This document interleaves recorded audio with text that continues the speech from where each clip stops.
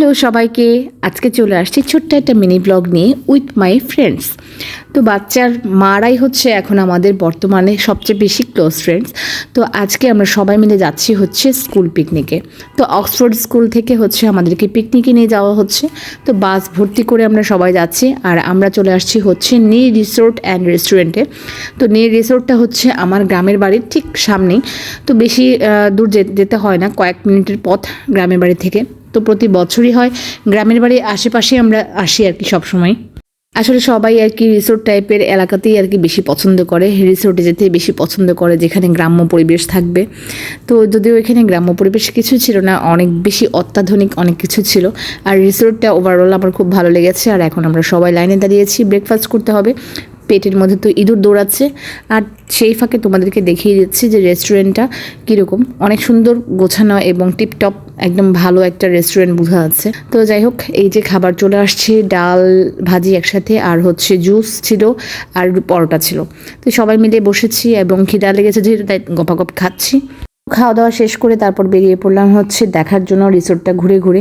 তো রিসোর্টের উপরে আর কি থাকার ব্যবস্থাও আছে।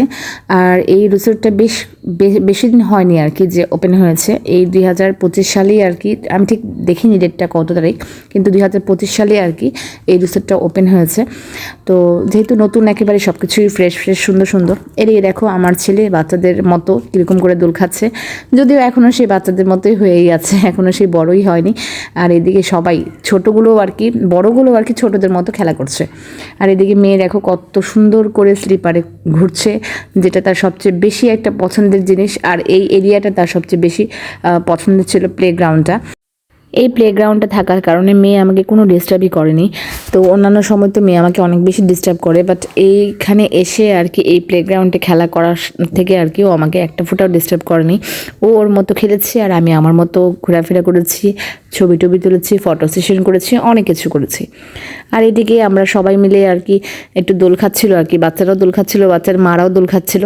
তো আমার ব্লগে একটু আসছে ওনারা, অনেক ভিআইপি মানুষ। তো যাই হোক, এখন ওনারা যাচ্ছে আর কি মেয়েদেরকে ড্রেস ট্রেস চেঞ্জ করে দিতে।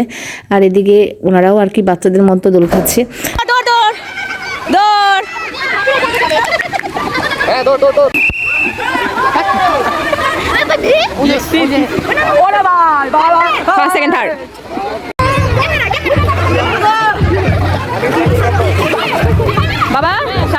আর বড়দের পুলটার মধ্যে হচ্ছে অনেক বেশি গভীরতা ছিল জলের, যে কারণে আমার ছেলেই বলতেছে যে মা বোনকে এখানে নামিও না। বাচ্চাদের জন্য আর কি আরেকটা ব্যবস্থা আছে, আর একটা ছোট্ট একটা পুল আছে, তো এখানে ওকে নামিয়ে দিলাম। আর ও পাগল হয়ে গেছে একেবারে এখানে নামার জন্য, আমি ওকে আটকে রাখতে পারতেছি না, এই অবস্থা। আমি যে কারণে আর কি ড্রেস চেঞ্জ করে আসছি, যে গতবার আর কি পিকনিকে সুইমিং পুলে নামার পরে হচ্ছে আমার মেয়ে পড়ে গেছিলো, আর আমি একটা ড্রেস নিয়ে আসছিলাম, যে কারণে আমার জামাটাও ভিজে গেছে।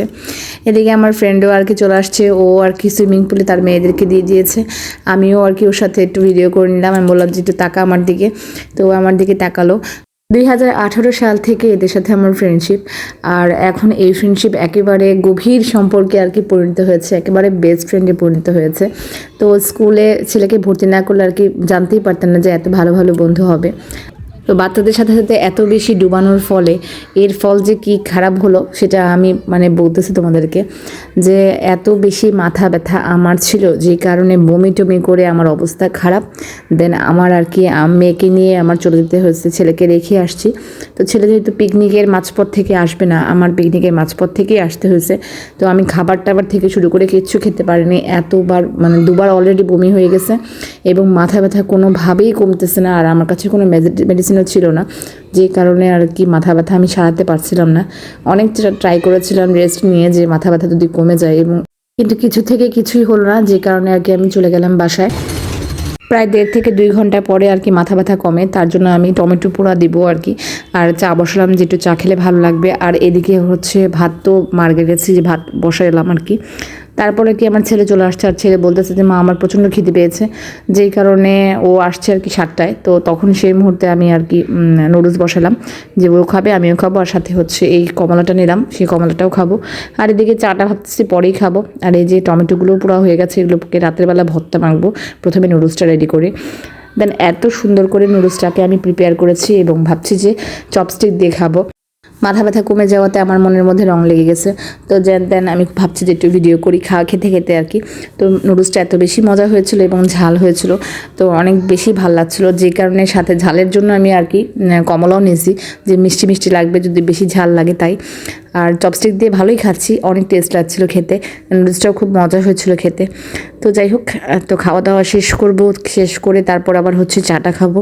তো এরকমই প্ল্যান আছে। তো খাওয়া দাওয়া খুব ভালো লাগলো, বেশ মজা হয়েছে খেতে।